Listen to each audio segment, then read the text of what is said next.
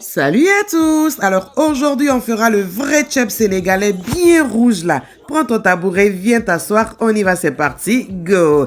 Alors ici j'ai tous mes ingrédients, et j'ai mon riz que j'ai très bien lavé et puis cuit à la vapeur, Ici on a les grains de poivre blanc, le poivre noir et un cube d'assaisonnement, On va aussi rajouter le piment sec, sel de mer et puis on va rajouter de l'ail, le gingembre et le piment, On va piler ça et ensuite rajouter le persil. Et j'ai deux types de persil. J'ai aussi le persil italien, Ensuite, on va piler et puis faire des creux sur le poisson, Et puis, on va enfourrer ça et puis réserver de côté, Ensuite, dans la marmite ici, on va rajouter de l'huile. On va rajouter la pâte de tomate. Très bien mélanger ça, Ensuite, on va rajouter le sel, de l'oignon et le reste de l'assaisonnement du poisson là, Voilà, on va aussi rajouter le poisson fermenté là, et puis l'assaisonnement adja.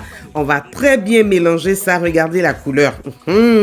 Ensuite, on va rajouter de l'eau, et puis rajouter vos légumes, donc ce que vous voulez, vous rajoutez choux, carottes et manioc, ça va dépendre de vous. Et le poisson, on a grillé une partie et puis l'autre partie, on va mettre ça frais. Donc, on rajoute d'abord le poisson frais, ensuite le poisson grillé, Et ensuite, on va rajouter les feuilles de bissap là et puis le nokos. On va rajouter la pâte de tomate, On va laisser ça cuire et puis ensuite, quand tout est prêt, on va tout simplement retirer nos légumes et le poisson, on va aussi retirer le jus de la sauce là, On va aussi rajouter, voilà. Et là, j'ai le piment, rectifier l'assaisonnement et puis rajouter le riz. Mais il faut rappeler que le riz était déjà cuit à la vapeur, Et puis, retour au tamarin là, voilà. On a rajouté le adja marron, le nokos, le sucre. On va réserver de côté. Le riz, on a bien cuit à la vapeur. Et puis, regardez-moi ça.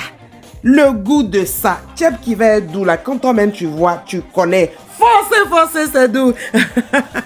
Alors, commentez, partagez, likez et puis on se dit à la prochaine pour une nouvelle recette. Bye bye.